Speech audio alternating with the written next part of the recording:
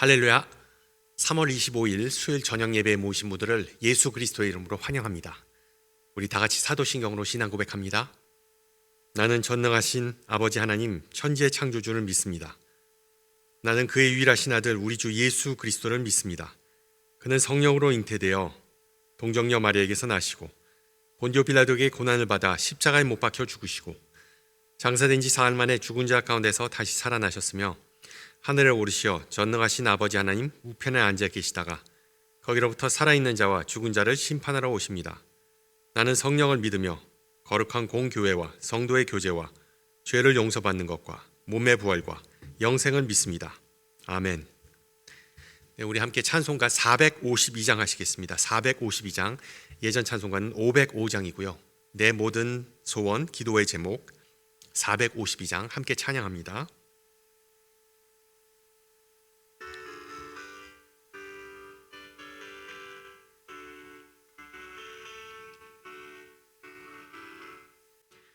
내 모든 소원, 기도의 제목 예수님 닮기 원함이라. 예수님 형상 나 입기 위해 세상에 보아 아끼잖네. 예수님 닮기 내가 원하네. 날 구원하신 예수님을 내 마음속에 지금 고도사 주님의 형상 인치소서. 무한한 사랑 풍성한 긍휼 슬픈 자 위로하시는 주. 길 잃은 죄인 부르는 예수 그 영상 담게 하옵소서. 예수님 닮기 내가 원하네. 날 구원하신 예수님을 내 마음속에 지금 고도사 주님의 형상 인치소서. 겸손한 예수 거룩한 주님 원수의 멸시 참으시사 우리를 위해 고난을 받은 구주를 닮게 하옵소서. 예수님 닮기 내가 원하네. 날 구원하신 예수님을 내 마음속에 지금 고도사 주님의 형상 인치소서. 아멘. 하나님께서 오늘 저녁 우리에게 주신 말씀 요한복음 11장입니다. 요한복음 11장 38절에서 44절 말씀. 제가 가진 성경으로 신약 166페이지입니다.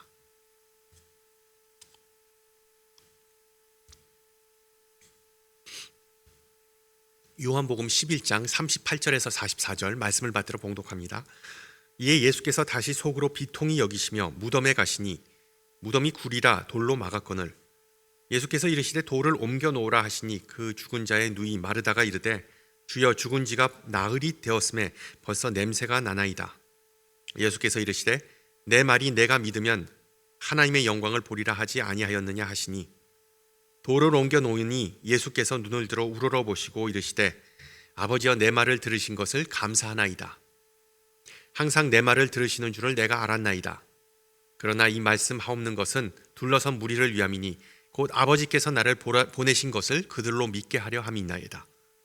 이 말씀을 하시고 큰 소리로 나사로야 나오라 부르시니 죽은 자가 수족을 배로 동인 채로 나오는데 그 얼굴은 수건에 쌓였더라.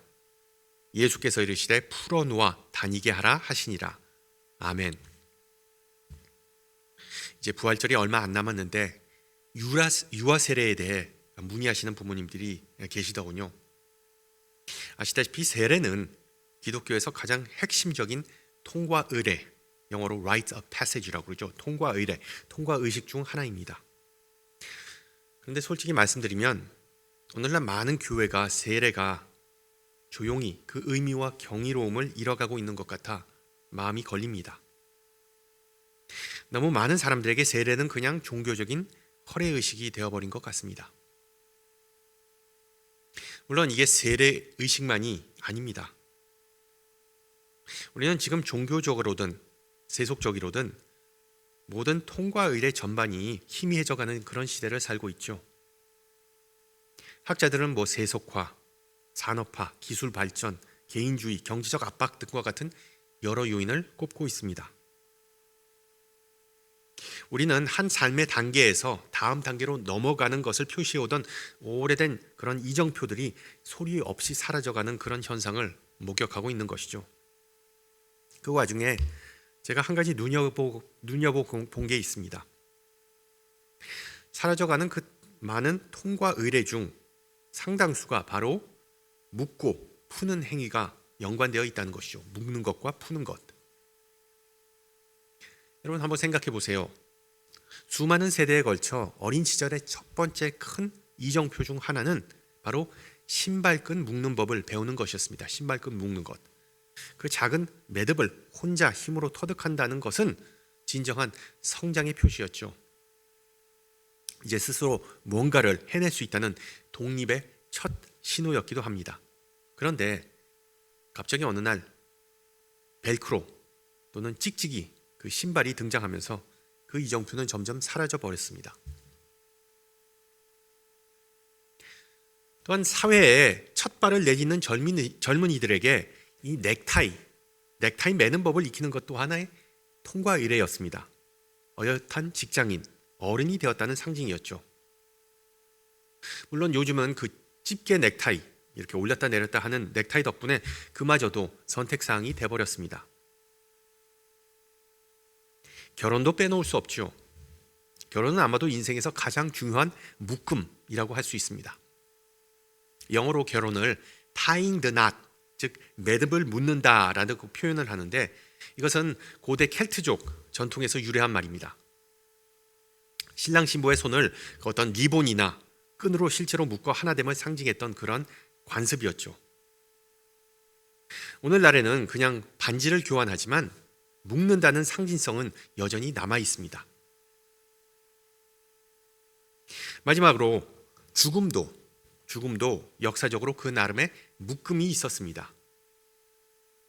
19세기 시대, 그 빅토리아 시대에는 오진으로 인해 산채로 묻힐 것에 대한 두려움이 얼마나 컸던지 그 망자의 손가락에 가느다란 실을 묶고 그 끝을 무덤 밖에 있는 작은 종에 연결해 두는 것이 흔한 관행이었다고 하죠. 혹시라도 그 죽은 사람이 깨어나면 이렇게 손가락을 움직이면 종을 울려 도움을 청할 수 있게 하는 그런 장치였습니다. 그래서 위기의 순간에 구조된다는 뜻의 영어 saved by the bell 이라는 표현이 바로 여기에서 유래됐다고 합니다. 이처럼 묶고 푸는 행위는 오랫동안 인간 삶의 가장 중요한 순간들을 상징해 왔습니다. 그리고 바로 오늘 우리가 읽은 본문의 핵심에도 이 묶음과 그리고 또한 풀림이 자리하고 있죠. 이야기는 이렇게 시작합니다. 어떤 병자가 있으니 이는 마리아와 그 자매 마르다의 마을 베다니에 사는 나사로라. 여기서 한 가지 짚고 넘어갈 것이 있습니다. 이 나사로는 누가복음 16장의 그 비유에 나오는 그 가난한 부자와 가난한 나사로와는 전혀 다른 인물입니다. 이 나사는 허구적인 인물이 아니라 실제로 존재했던 사람이고 예수님이 진심으로 아끼고 사랑하셨던 친구였습니다. 나사로와 그 두 자매 마리아와 마르다는 예수님과 가장 가까운 사이였습니다. 그런데 이 나사로의 병이 심상치가 않았습니다. 최악의 상황을 두려워한 그 두 자매는 예수님께 급히 전가를 보냈습니다. 주여 보시옵소서, 사랑하는 자가 병들었나이다. 두 자매는 예수님과의 프렌십, 우정을 믿었습니다. 왜? 비상시에 연락할 수 있는 의사 친구가 있다는 것은 든든한 일이죠. 그런데 예수님은 전혀 급급해 보이지 않으십니다. 하던 일을 다 내려놓고 베다니로 곧장 달려오시지 않습니다. 어딘가 익숙한 상황입니다. 여러분 병원에 전화해서 진료 예약을 잡으려 하면 하염없이 기다리는 상황과 마찬가지인 것이죠. 예수님은 결코 서두르지 않으십니다. 차분하게 하시던 일을 마무리하십니다. 그리고 마침내 베단이 가까이 이르렀을 때 벌써 며칠이 지난 후였습니다. 그러면서 제자들에게 조용하지만 확신에 찬 어조로 말씀하시죠. 나사로가 죽었느니라. 그 멀리 계셨는데 어떻게 아셨는지 성경은 특별히 설명하지 않습니다. 하나님의 아들이시니 당연히 아시겠죠. 우리는 그렇게 짐작할 수밖에 없습니다. 바로 그때 마르다가 예수님을 맞이하러 달려나옵니다. 그리고 속마음을 가감없이 쏟아내죠. 주께서 여기 계셨더라면 내 오라버니가 죽지 아니하였겠나이다. 그 아픔과 실망감이 얼마나 깊은지, 그 한 맺힌 그 소리가 얼마나 생생하게 느껴지는지 잘 보이죠. 우리 모두라도 아마 그렇게 반응했을 거예요. 예전에도 말씀드렸지만 확실히 짚고 넘어가고자 합니다. 우리가 가진 한글 성경에는 마르다가 나사로를 오라버니로 부르지만 이 원어 성경에는 나사로가 장자, 즉 맞이라는 언급은 전혀 없습니다. 전혀 없습니다. 헬라어 아델포스는 오빠를 의미할 수도 있고 남동생을 의미할 수도 있습니다. 그냥 한글어 성경 번역자들이 그냥 짐작해서 의역한 부분임을 분명히 참고하시기 바랍니다. 나사로가 맞이든 막내이든 어쨌든 마르다의 다음 행동이 놀랍습니다. 슬픔과 그리고 또한 답답함과 그 분노 속에서도 참된 신앙으로서의 모습이 불쑥 드러나죠. 그러나 나는 이제라도 주께서 무엇이든지 하나님께 구하시는 것을 하나님이 주실 줄을 아나이다. 참 묘하죠. 예수님께 엄청나게 서운한 마음이 들면서도 동시에 예수님을 완전히 신뢰하고 있습니다. 여기서 마르다가 정확히 무엇을 기대했는지는 알 수 없습니다. 하지만 그 믿음만큼은 정말 확고하고 진실했습니다.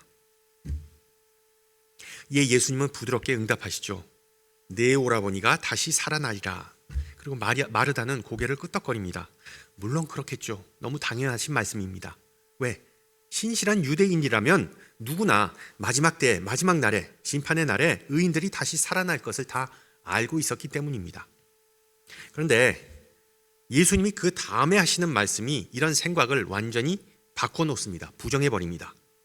신약 성경에서 가장 중요한 말씀 중 하나이죠. 나는 부활이요 생명이니 나를 믿는 자는 죽어도 살겠고 무릇 살아서 나를 믿는 자는 영원히 죽지 아니하리니 이것을 내가 믿느냐? 그리고 마르다의 대답이 정말 놀랍습니다. 이 순간 마르다는 성경을 통틀어 완전한 신앙 고백을 한 첫 번째 사람 중 하나가 되죠. 주여 그러하여이다. 주는 그리스도이시요 세상에 오시는 하나님의 아들이신 줄 내가 믿나이다. 여러분 잘 보세요. 예수님께서 아직 아무것도 하시기 전에, 기적이 일어나기도 전에 나사로가 무덤에 그대로 있는 그 상태에서 마르다는 이 고백을 합니다. 변화산 꼭대기 위에서 베드로가 한 고백을 제외하면 가장 가까운 제자들 사이에서도 이런 대단한 믿음은 찾아보기 힘들죠.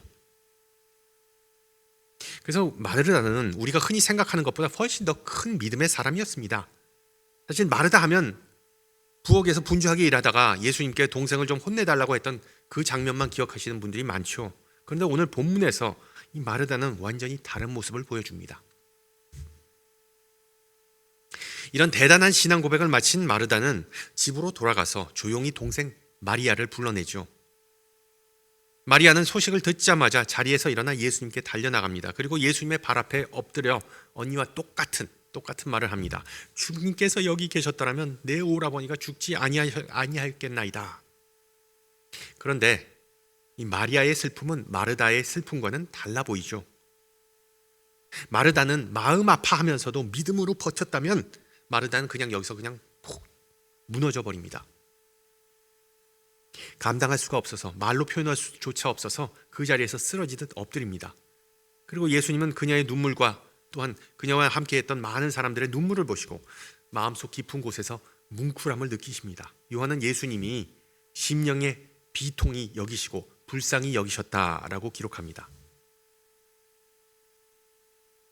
그리고 성경 전체에서 가장 짧은 구절이 나오죠. 예수께서 눈물을 흘리시더라. 하나님의 아들인 예수님은 그 친구의 무덤 앞에 서서 아무것도 숨기지 않고 그냥 깊은 슬픔 속에 빠져드십니다. 그리고 또한 무덤에 가까이 다가가면서도 요한은 예수님이 여전히 비통히 여기셨다라고 기록합니다. 이것은 결코 보여주기 위한 감정, 슬픔이 절대로 아니었습니다. 그런데 예수님은 갑자기 뜻밖의 명령을 내리시죠. 동굴 입구에 돌을 치우라고 명령하십니다. 자, 여기서 이 무덤이 1세기 그 팔레스타인에 있던 무덤들이 어떻게 생겼는지 이해하면 도움이 됩니다. 그 시대의 무덤은 그 왕릉처럼 웅장한 묘지가 아니었습니다. 그냥 바위를 파내서 그 안에 만든 인공 동굴이었습니다. 조그만 공간이 있었던 그런 동굴이었습니다. 당시 장례 관습에서는 시신을 이런 돌무덤 안에 몇 달 동안 안치하여 자연스럽게 부패하도록 남겨뒀습니다. 그런 다음에 그 살이 다 썩고 난 뒤에 뼈만을 추려서 납골함, 즉 작은 돌상자에 담았고 무덤은 다시 그 다음 죽은 사람을 위해 사용됐습니다. 그래서 방부 처리도 보존 처리도 없었습니다. 특히 그 더운 기후에서는 그냥 빠르게 진행되는 부패 과정뿐이었습니다. 바로 그런 이유로 예수님이 돌을 치우라고 하시자 마르다가 당황하는 것이죠. 주여, 죽은 지가 나흘이 되었음에 벌써 냄새가 나나이다. 영어 킹 제임스 성경은 이분은 아주 솔직하게 표현합니다. 주님, 이미 구린내가 납니다. 그런데 여기서 냄새는 진짜 문제가 아니었습니다. 냄새가 문제가 아니었습니다. 예수님께서 지금 하시려는 것은 당시 기준으로 보면 정말 충격적인 행위였습니다. 유대교 정결법을 완전히 무시하면서 신실한 유대인이라면 감히 다가서지 않을 경계를 넘고자 하셨던 것이죠. 이 삶과 죽음 사이에 그 공간 안으로 직접 들어가시고자 했던 것입니다. 그 입구를 막은 그 큰 반석, 그 돌은 단순히 어떤 실용적인 것이 아니라 냄새 방지용이 아니라 어떤 상징적인 것이었습니다.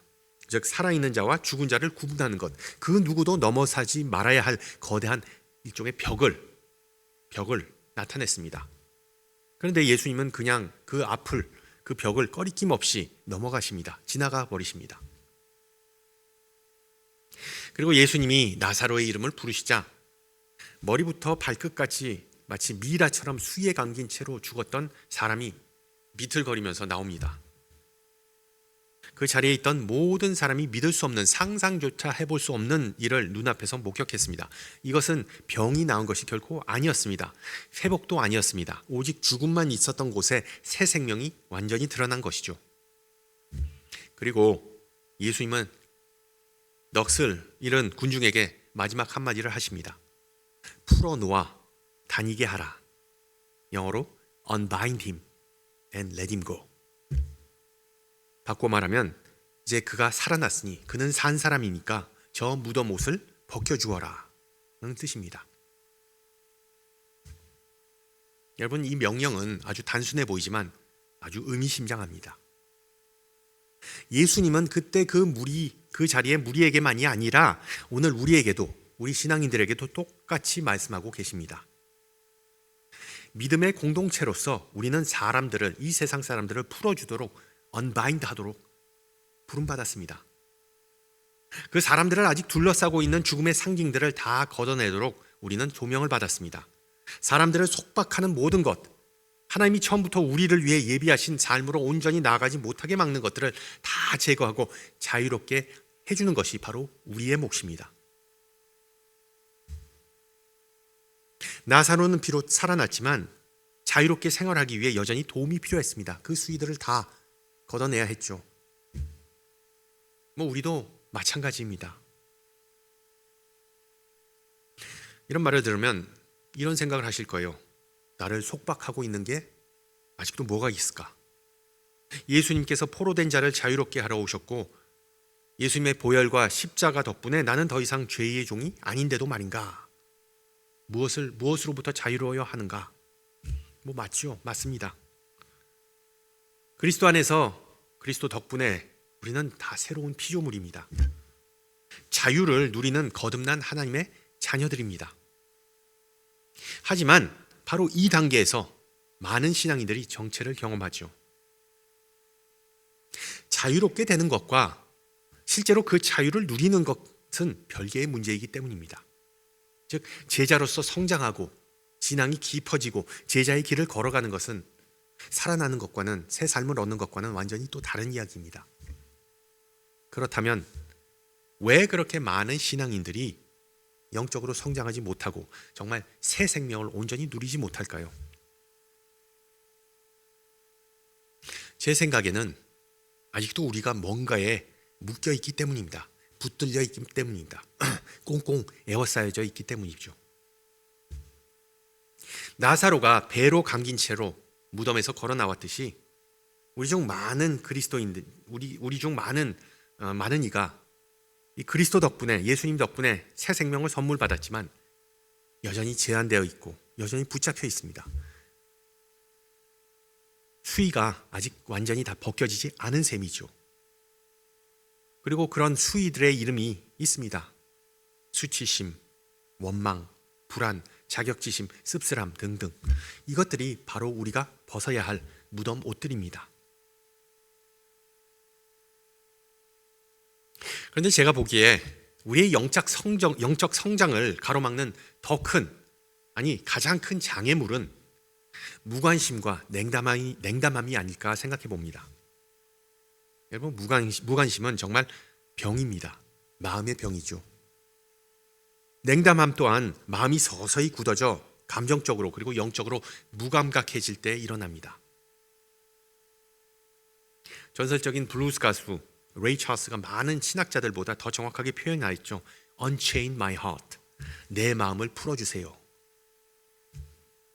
우리 마음이 꽁꽁 묶여있는 한 밖에 나가서 다른 사람들을 자유롭게 하라는 예수님의 명령은 정말 어렵게 느껴지는 정도가 아니라 아예 불가능하게 느껴집니다. 이처럼 우리가 무관심하고 사랑이 부족한 가장 큰 이유 중 하나는 어찌 보면 우리가 모두 귀에 못이 박히도록 들어온 말 때문이 아닌가 싶습니다. 감정에 휘둘리지 마라. 감정의 노예가 되지 말아라. 그리고 어느새 우리는 이렇게 믿게 되었습니다. 그리스도인은 감정을 뛰어넘어야 한다. 성숙한 믿음은 감정을 억제하는 것이다. 진정한 신앙인은, 진정한 제자는 그냥 쭉 참고 억울한 일이 있어도 그냥 그것이 바로 승리하는 것이기 때문에 쭉 참고 앞으로 나가야 한다. 등등. 그런데 오늘 본문을 보세요.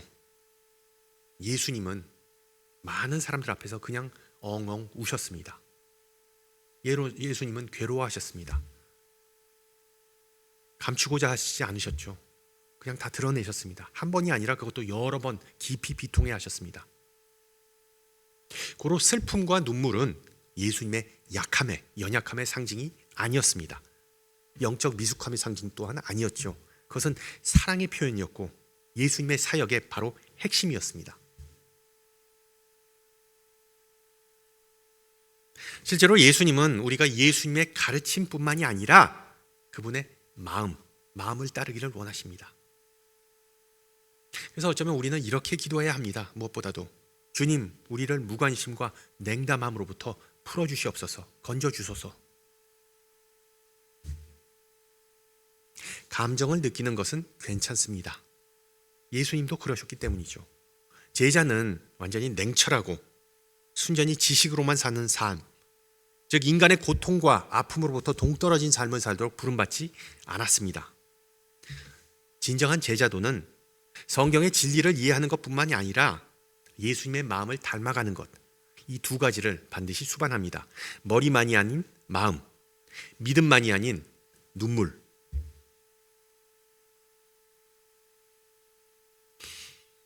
자, 그렇다면 이 이성과 감정이 균형을 이루는 건강한 신앙생활은 실제로 어떤 모습일까요? 마음이 무덤덤해진 자신의 모습을 보면서 우리는 슬픔을 느끼는 것입니다. 왜? 예수님은 그분의 마음을 아프게 하는 것들이 우리의 마음도 아프게 하기를 원하시기 때문이죠. 누군가 어려운 처지에 처해 있을 때 우리는 긍휼을 느낍니다. 긍휼함을 느낍니다. 예수님은 자신처럼 우리도 가진 것을 나누고 다른 사람에게 치유를 베풀기를 원하셨기 때문이죠. 또한 어린 자녀들 그리고 젊은이들의 신앙이 성장하는 모습을 볼 때 우리는 희망을 느낍니다. 예수님은 우리가 다음 세대에 투자하기를 원하십니다. 또한 불의를 볼 때 우리는 분노를 느낍니다. 예수님은 우리가 모든 사람을 하나님의 형상대로 지어진 귀한 존재로 여기기를 원하시기 때문이죠. 마지막으로 예수님처럼 하나님의 뜻을 행하고 예수님께서 사랑하신 것처럼 다른 이들을 사랑하고 예수님께서 용서하신 것처럼 용서할 때 우리는 자부심을 느낄 수 있습니다. 따라서 예수님의 이런 많은 감정들이 여러분의 언행을 통해서 온전히 그리고 항상 드러나기 위해 예수님의 마음을 좀 담게 해달라고 기도하세요. 예수님의 말씀, 가르침만이 아니라 그 마음에 집중하시기 바랍니다. 마지막으로 한 가지 더 주목했으면 하는 바가 있습니다. 오늘 본문을 보면 예수님은 단순히 실컷 우시고 그냥 가버리지 않으셨습니다. 예수님의 슬픔은 수동적이지 않았습니다. 슬픔이라는 감정은 예수님을 앞으로 나가게 만들었습니다. 눈물을 흘리게 했던 바로 그 사랑이, 그 마음이 이제 예수님을 무덤 입구로 이끌지요. 예수님의 긍휼은, 자비는 언제나 행동으로 표출이 되었습니다. 자신의 마음을 사람들 앞에서 자유롭게 풀어놓으신 예수님은 이제 나사로를 죽음으로부터 풀어주고자 하십니다. 그런데 여기서 예수님께서 행하신 기적이 정확히 어떤 성격의 기적인지를 잠깐 짚어볼 필요가 있습니다. 오늘 본문에 나온 나사로가 경험한 것은 엄밀히 말해 부활, resurrection, 부활이 아닙니다. 그 학자들은 보통 이것을 나사로의 소생, the raising of Lazarus라고 부릅니다. 어떤 의미에서 되살아남이라는 표현이 더 정확합니다. 여러분 잘 보세요. 나흘이 지났습니다. 냄새가 진동합니다. 그럼에도 예수님은 나사로를 불러서 그 집으로, 그 두 자매에게로 평범한 일상으로 복귀시키십니다. 어떻게 보면 예수님은 나사로에게 10년 또는 20년 혹은 30년, 40년의 삶을 추가로 선물해 주신 것이죠. 알 수는 없습니다. 정확한 기간은. 그러나 나사로도 그 시간이 다 하면 결국 우리 모두처럼 땅으로 돌아갔을 겁니다. 죽었을 겁니다. 이것은 우리가 부활절에 기념하는 것은 결코 아니죠. 예수님의 되살아나심, 예수님의 부활은 전혀 다른 성격의 사건입니다. 이 세상이 예수님 시대까지 한 번도 본 적이 없던 그런 사건이었습니다. 예수님께서 무덤에서 나오셨을 때 그것은 단순히 예전의 삶, 과거의 삶, 일상으로 복구하신 것이 아닙니다. 완전히 새로운 삶, brand new life, 그런 것을 살게 되신 것이죠. 부활하시고 변화되시고 영화롭게 glorify 되시고 다시는 죽지 않는 그런 영원한 삶을 시작하신 것입니다. 나사로의 삶과는 확실히 다르죠. 그래서 바울은 예수님을 잠자는 자들의 첫 열매라고 부릅니다. 그리고 고무적인 것은 예수님이 이런 부활은 단 하나의 고립된 기적이 아닙니다. 그때까지는 하나밖에 없었던 사건이지만 그것은 바로 큰 추수의 첫 번째 신호탄입니다. 예수님은 신뢰하고 그 은혜를 의지하는 모든 이에게 하나님께서는 정말 마지막 때에 이 선물, 이 부활의 선물을 다 약속하셨습니다.